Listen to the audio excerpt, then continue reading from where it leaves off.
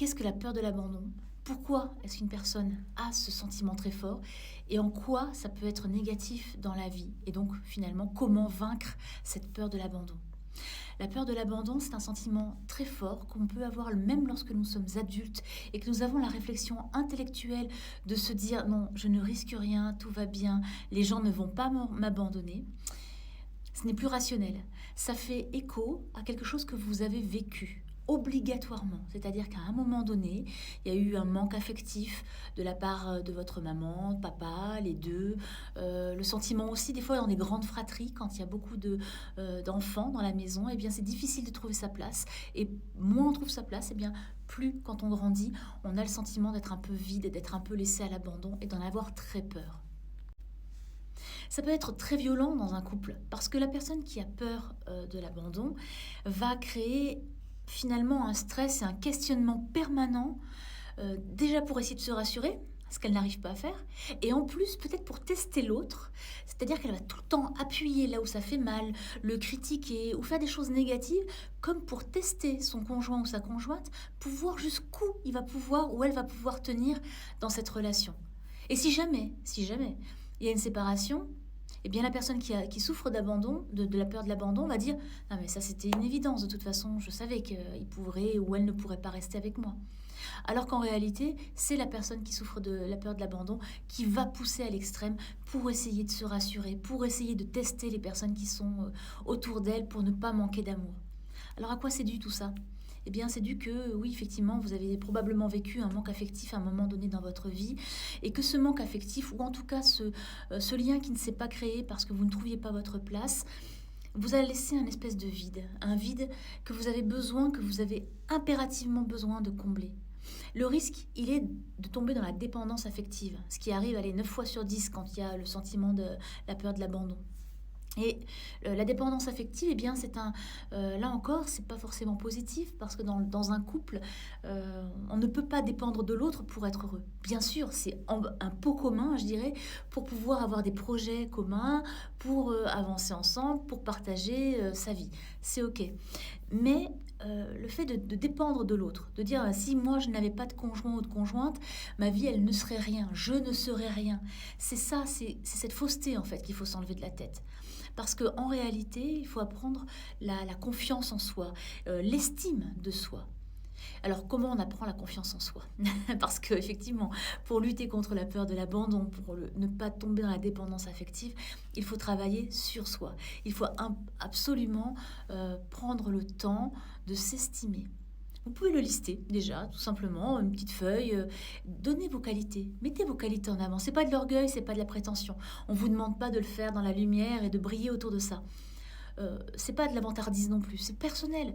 Juste mettez en avant les qualités que vous avez. Vous avez forcément des qualités. Et si vous avez du mal à vous dire vos propres qualités, eh bien essayez de décrire ce que les gens disent de vous.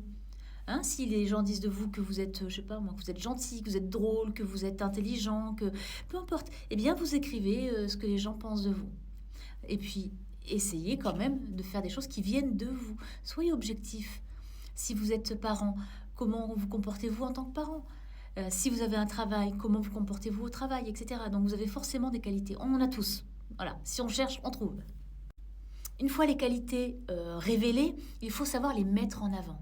Alors peut-être pas toutes d'un coup, mais par exemple, si les gens disent de vous que vous êtes hospitalier, pourquoi pas?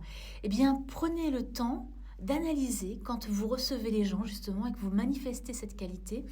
Quel état d'esprit vous avez? Est-ce que vous le faites pour obtenir quelque chose ou est-ce que vous avez réellement plaisir à partager ce moment? Vous voyez, travaillez sur vos qualités et regardez à quel degré elles vous sont...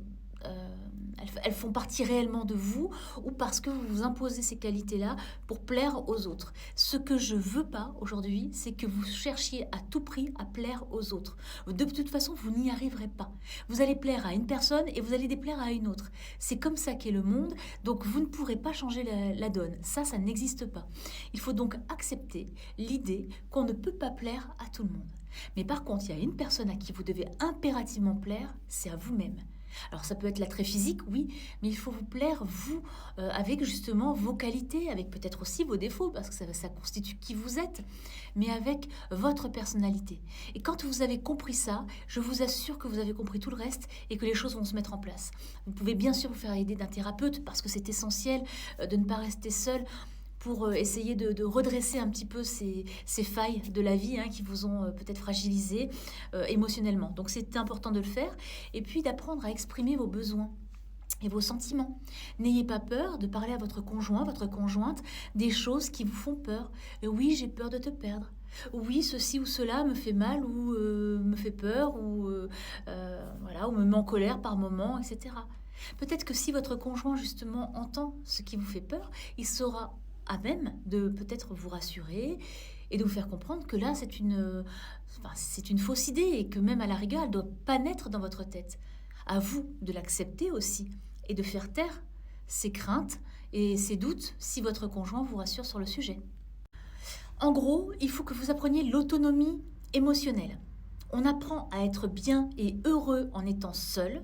Alors, même si vous êtes actuellement en couple, ne vous séparez pas, mais prenez du temps pour vous, allez respirer, allez marcher, relâchez un petit peu la pression que le monde nous met sur les épaules en permanence, relâchez tout ça, essayez d'être le plus objectif possible sur vos qualités, de les mettre en avant, de travailler votre confiance en vous et surtout, je dirais, de comprendre bien que votre valeur ne va pas dépendre des liens que vous avez avec les gens, mais qu'en réalité, votre valeur, elle ne va dépendre que du regard que vous portez sur vous-même. Et si vous avez confiance en vous, alors le sentiment la peur de l'abandon disparaîtra tranquillement de votre vie.